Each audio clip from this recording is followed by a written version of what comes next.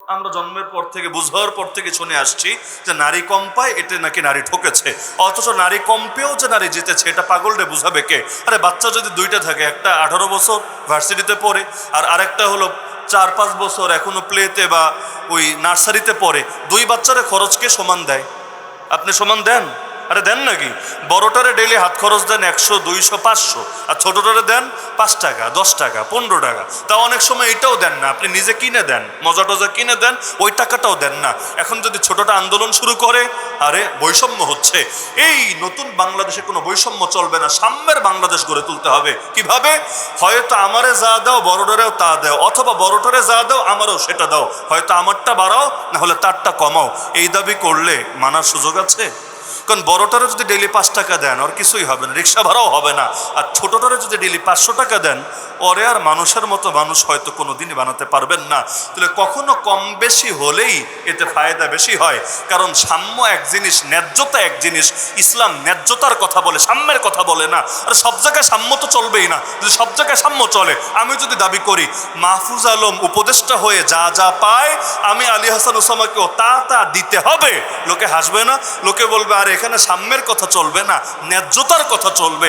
তার জায়গায় সে যে সুবিধা পাচ্ছে, যে পয়সা পাচ্ছে, সেটা ন্যায্য, আর আপনার জায়গায় আপনি যেটা পাচ্ছেন সেটা ন্যায্য। তাহলে ন্যায্যতার শিক্ষা ইসলাম দিয়েছে, সব জায়গায় সমতার শিক্ষা ইসলাম দেয়নি। কারণ সমতা ন্যায্যতা এক কথা না রে ভাই, বরঞ্চ কখনো বেশকমের মধ্যেই ন্যায্যতা প্রকাশ পায়, এবং সমতা করতে গেলে সেখানে ঝামেলা লেগে যায়। এজন্য ইসলামে তালাক দেওয়ার অধিকার দিয়েছে কারে? কে জানেন না আপনারা? নারীকে দিয়েছে। নারী তালাক নিতে পারে, দিতে পারে। স্বামী যদি তাকে তালাক দেওয়ার অধিকার দিয়ে রাখে, সে নিতে পারে, তাও দিতে পারে না। নিজের উপরে নিজে নেয়, স্বামীরা দিতে পারে না। কেন? এখন যদি আপনি প্রশ্ন তুলে নেই, দেখ দেখ নারীকে ঠকিয়ে দিয়েছে, তাহলে কি করতে হবে? তাহলে নারীকেও তালাকের অধিকার দিতে হবে। একইভাবে পুরুষ 4 বিয়ে করতে পারে, তাহলে নারীরাও 4টা সুযোগ দিতে হবে। আপনি চিন্তা করেন, এগুলো হলে দেশে পরিবার আর সমাজ টিকবে? কারণ নারীর যদি তালাকের অধিকার দেওয়া হয়, সংসারে 1 মাসও টিকবে না। রাগের মাথায় ইমোশন, নারীর ইমোশন তো আরো বেশি, পুরুষের চাইতে তার ফিতরত আরো বেশি সেন্সিটিভ, আরো বেশি সেন্সিটিভ। সহজেই অনেক সময় সে সিদ্ধান্ত নিয়ে ফেলে, যেটার জন্য পরে তাকে পস্তানো লাগে। এজন্য ইসলাম বলে দিয়েছে মর্যাদা বেশি হলো মায়ের, কিন্তু কথা শুনতে হয় বাপের। এটা অনেকে জানে না। নবী কিন্তু 3বার মায়ের কথা বলেছেন। মায়ের মর্যাদার কথা বলতে গিয়ে 1 নম্বরে মা, 2 নম্বরে মা, 3 নম্বরে মা, 4 নম্বরে হলো এই নিরীহ অসহায় বাবা। বাবার সিরিয়াল 4 নম্বরে, 1, 2, 3 সব মায়ের দখলে। তো কথা শোনার প্রসঙ্গ যখন আসবে, তখন বাপ আদেশ দিল একটা, মা দিল আরেকটা, হতে পারে না? বাপ দিল একটা, মা দিল আরেকটা, দুইটাই বৈধ, কিন্তু আপনি কোনটা করবেন? ওই ক্ষেত্রে ইসলাম বলে দিয়েছে বাপেরটা শুনতে হবে। আনুগত্য বাপের, তবে মর্যাদা বেশি হলো মায়ের, কিন্তু আনুগত্যের ক্ষেত্রে বাবা। কেন? কারণ বাবার সিদ্ধান্ত যেমন হয়, মায়ের সিদ্ধান্তগুলো অনেক সময় এমন হয় না।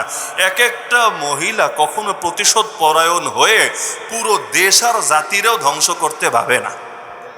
তার ভেতরে ক্ষোভ আছে, তার ভেতরে রাগ আছে, তার পরিবারের সাথে কি হয়েছে, স্বজন হারানোর বেদনা তার চাইতে কে বেশি বোঝে?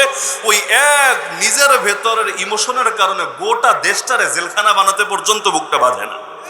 তো দেখা যায় নারীর সিদ্ধান্ত অনেক সময় একটু ঝামেলা হয়। এই যে এখন স্লোগান দেয় না, মাই বডি মাই চয়েস, আমার শরীর আমার সিদ্ধান্ত, এই কথাও আছে ওই কমিশনের সিদ্ধান্তের ভেতরে, পরামর্শের ভেতরে।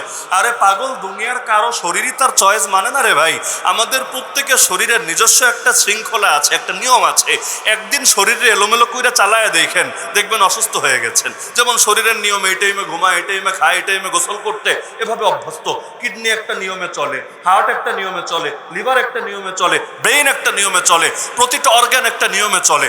আপনি নিয়মের ভেজাল লাগায় দেখেন, দেখবেন আপনি শেষ। কিভাবে জানি আপনি অসুস্থ হয়ে গেছেন। কারো বডি তার চয়েস না, সবকিছু একজনের চয়েস। তিনি কে?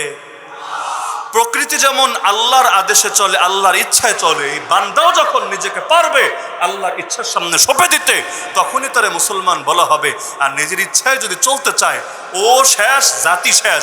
এই যারা অবাধ যৌনতায় মেতেছে, আগামীকাল ঢাকায়ও এই নারীবাদীরা এক আন্দোলন করবে, নারী মৈত্রী আন্দোলন। এর মধ্যে অন্যতম দাবি হলো ওদের এটা, ওই শাহবাগীরাও আছে এই আন্দোলনের নেতৃত্বে। অন্যতম দাবি এটা, নারীদেরকে অবাধ যৌনতার স্বাধীনতা দিতে হবে। অথচ অবাধ যৌনতা যদি সমাজে ছড়িয়ে যায়, এতে পুরুষেরও লাভ নেই, নারীরও লাভ নেই। ওরা এমন এক আযাবে আক্রান্ত হবে। এক নম্বরে সবার আগে হলো ওই ফার্মেসিগুলোতে বিশেষ জিনিসের ওষুধের সেল বাড়বে, আর কয়দিন পরে সবাই গিয়ে হার্বাল ডাক্তারের চেম্বারে সিরিয়াল দিবে। পুরো ঢাকা শহর এখন দেখেন না হার্বালের বিজ্ঞাপনে ভরা, কলিকাতা হার্বাল আরও কি হার্বাল। এত হার্বালের বিজ্ঞাপন কেন? যদি রোগী না যায় তাহলে ওরা কি করে? এমনকি রাস্তাঘাটে মাঝে মাঝে মাইক নিয়ে ওষুধ বেচে না, রেল স্টেশনে বিভিন্ন জায়গায়, ওখান থেকেও মানুষ ওষুধ কেনে। তার মানে সমস্যা বাড়ছে। শয়তানি যত বাড়বে সমস্যাও তত বাড়বে। খালি আখেরাত না, দুনিয়াও তোমার পচবে। এমনকি বিয়া করার পর বউয়ের হাতে ঝাড়ুর বাড়ি খাওয়া লাগবে। মানুষ যদি নষ্ট হয় কখনোই সে শান্তিতে থাকতে পারবে না। আখেরাত তো আখেরাত, দুনিয়া তো না। কোন মদখোর শান্তিতে আছে বলেন? কোন ঘুষখোর শান্তিতে আছে বলেন? কোন দুর্নীতিবাজ শান্তিতে আছে বলেন? আরে পয়সা থাকলেই শান্তি হয় না রে ভাই। কত পয়সাওয়ালারা ইন্ডিয়ায় গিয়ে লুকায় আছে, কত পয়সাওয়ালারা কোনোদিন পয়সা ফেরত পাবে কিনা আল্লাহ ভালো জানে। অপরদিকে কত গরিব মানুষ রাতের বেলায়ও সুন্দর করে গাছতলায় শুয়ে আছে, কোনো ভয় নাই, কোনো পেরেশানি নাই। তাহলে পয়সা আর সুখ এক জিনিস না। সুখ আসবে তখন জীবনে ইসলাম আসবে যখন। ইসলাম মানেই শান্তি। ইসলাম কিসের ধর্ম? আরে কিসের ধর্ম? তো ইসলাম যেখানে যায় শান্তি নিয়েই যায়। যেখান থেকে মাইনাস হয় সেখান থেকে শান্তিও মাইনাস হয়। এই দেশ থেকে ধীরে ধীরে ইসলাম মাইনাস করা হচ্ছে, যার কারণে চারদিকে অশান্তি আর অশান্তি আর অশান্তি ছড়িয়ে যাচ্ছে। কিন্তু এত কিছুর পরও যদি বলেন চলেন তাহলে সবাই মিলে ইসলাম কায়েম করি, বলবে না না হুজুর, এইটা তো করা যাবে না। এইটা করলে আব্বু রাগ করবে, এইটা করলে আব্বু মাইন্ড করবে। ওদের আব্বু, কারো আব্বু আমেরিকা, কারো আব্বু ইন্ডিয়া, কারো আব্বু চায়না, রাশিয়া। ওরা তো চায় না ইসলাম কায়েম হোক। ও মানে ইসলাম মানে শান্তি। ইসলামের কোন বিধানটা অশান্তি বললে বলেন আমারে? কোন বিধানটা অশান্তি বলেন? তো সব যদি শান্তিই হয়, যেমন অর্থনীতিতে যদি ইসলাম কায়েম হয়, সুদ ঘুষ থাকবে? আচ্ছা, সুদ থাকলে কি শান্তি থাকে? না সুদ না থাকলে শান্তি থাকে? দেশের অধিকাংশ মানুষ তো গরিব মানুষ, অধিকাংশ মানুষ গরিব। এই ঋণ যখন নেয়, সুদি চুক্তিতে নেয়, এতে গরিবের খুব লাভ হয়, তাই না? গরিবেরও লাভ নেই, সমাজেরও লাভ নেই, কারো কোনো লাভ নাই। এই সুদ, এই ঘুষ, এই দুর্নীতি, এই জুলুম, এই দুঃশাসন, এগুলোতে কোনো লাভ নেই। ইসলাম তো এগুলোর বিরুদ্ধেই কথা বলে। তো বলেন, রাজনৈতিকভাবে, অর্থনৈতিকভাবে, বিচার আচারে, আইন কানুনে, শিক্ষা দীক্ষা, সভ্যতা, সংস্কৃতি, চল সব জায়গায় ইসলাম কায়েম করি, বলবে না না এইটা কায়েম করা যাবে না। ওদের কাছে ইসলাম নাই, এতে কোনো সমস্যা না। কোরআনের শাসন নাই, এতে কোনো সমস্যা না। ওদের সমস্যা হলো জাতীয় সঙ্গীত ঠিকভাবে গাওয়া গেল কিনা।